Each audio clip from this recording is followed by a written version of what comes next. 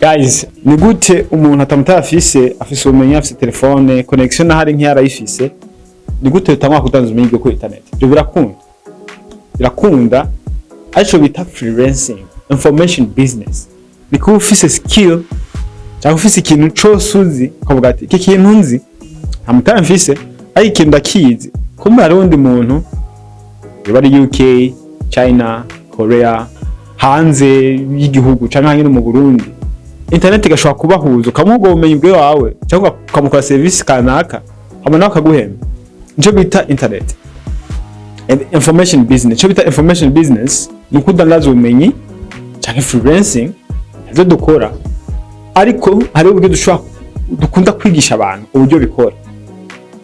Si ikintu rero ushikari TikTok acuronka amafaranga, ni ikintu gisaba ubikeneye ko ufise umwete wo kubikora, wumva uvuga ati ndashaka nanje gutanga gukora kuri internet, ugatanga kwiza amafaranga kuri internet. Birakunda birakorwa. Ikintu cyambere nuko ubishaka, atangura kureka guhabuka ukavuga ati J skill ngonda mastering ngonda menye neza amanangure kwidandaza kuri internet. Kira kabiri ukoresha imbuga izi la imbuga za ukoresha, okay? WhatsApp cyane, ni Telegram, ni Facebook, ni Instagram, ni X. Hari imbuga za freelancers ushobora gutanga ukoresha X cyangwa LinkedIn ugakora ko konti ka professionnel, kavuga ati nyuma ntangwe cyangwa ndazi gukora ama video ukaja kuri YouTube ugakora ko chaîne. Gerageza uvuga rwose ukoze ube professionnel, uvuga rwose ukoze ube professionnel. Utabizi gukora imbuga zi professionnel ni hub space tutashobora kubikwereka uburyo bikorwa. Okay, wibuke kufiza ubumenyi imbuga zose nazo wazigizene wazikoze zabaye professionnel. Ko turajana ikindi kintu gira gatutegeza gukora ni content, cyangwa gukora content, free content. Kora content ushobora kugurubuka uko Upwork na Fiverr ziratandukanye kuko sana no gushira content, ahantu ho gushira content ni kuri LinkedIn na X cyangwa Facebook cyangwa Instagram, kuko ahantu uri kurubaka brand uri kurayubaka. Brand na marketing ndiza ko ibintu bitandukanye. Ngo utobizi branding na marketing business yawe cyangwa akazi kose wowe urimo ntabwo gashika ko byoroshe.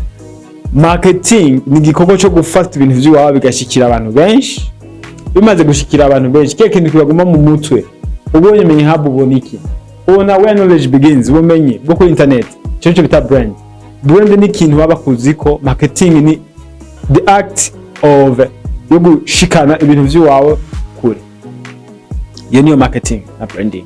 Iyo rero turayikoresha iyo tuko tundira abakiriya kuri internet, irakora turayikoresha. So hari abantu bavuga ati jenzo ukora chaîne ya YouTube cyangwa comment, ibyo ntibikunda kuko ukore kuri YouTube n'amategeko ya YouTube utayazi. Ko YouTube ifise amategeko yayo, Facebook ifise amategeko yayo, TikTok ifise amategeko yayo, utegerezwa ko icara wige hambere kutangwa kuja kuri internet gugiye gukora. Ntibikunda nta mahari gutora. Iyo ni scam. Rero nuko utegerezwa kwiga.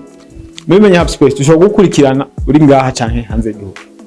Kwigisha uburyo freelance ikora, uburyo utoshobora no gutanguza business atawundi mutawa office ni telefone yawe, ni ubumenyi, ni connection to business. Mugasiya business ushikutora ntibikunda. Ibyo gushikutora n'ubusuma. Umanza kwiga ukamenya ibintu uri kurakora SK. How does it work? Bikora gute ukabikora? Okay. Nuko rero so shobora kwiga kwezi kumwe, amezi abiri, amezi 3 canke bivana na dedication, uvana we n'umuhati ufise umwete wawe ukavuga ati je ngoma nige mba umuhinga muco kintu mugabo tangwa koresha telefone vyunguka. Ego yari mu hub space dushobora kwigisha tugukurikirana ugatangwa kugira nte nawe ugatangura gukorera amahera kuri internet. Tubashimire cyane. Cheers kandi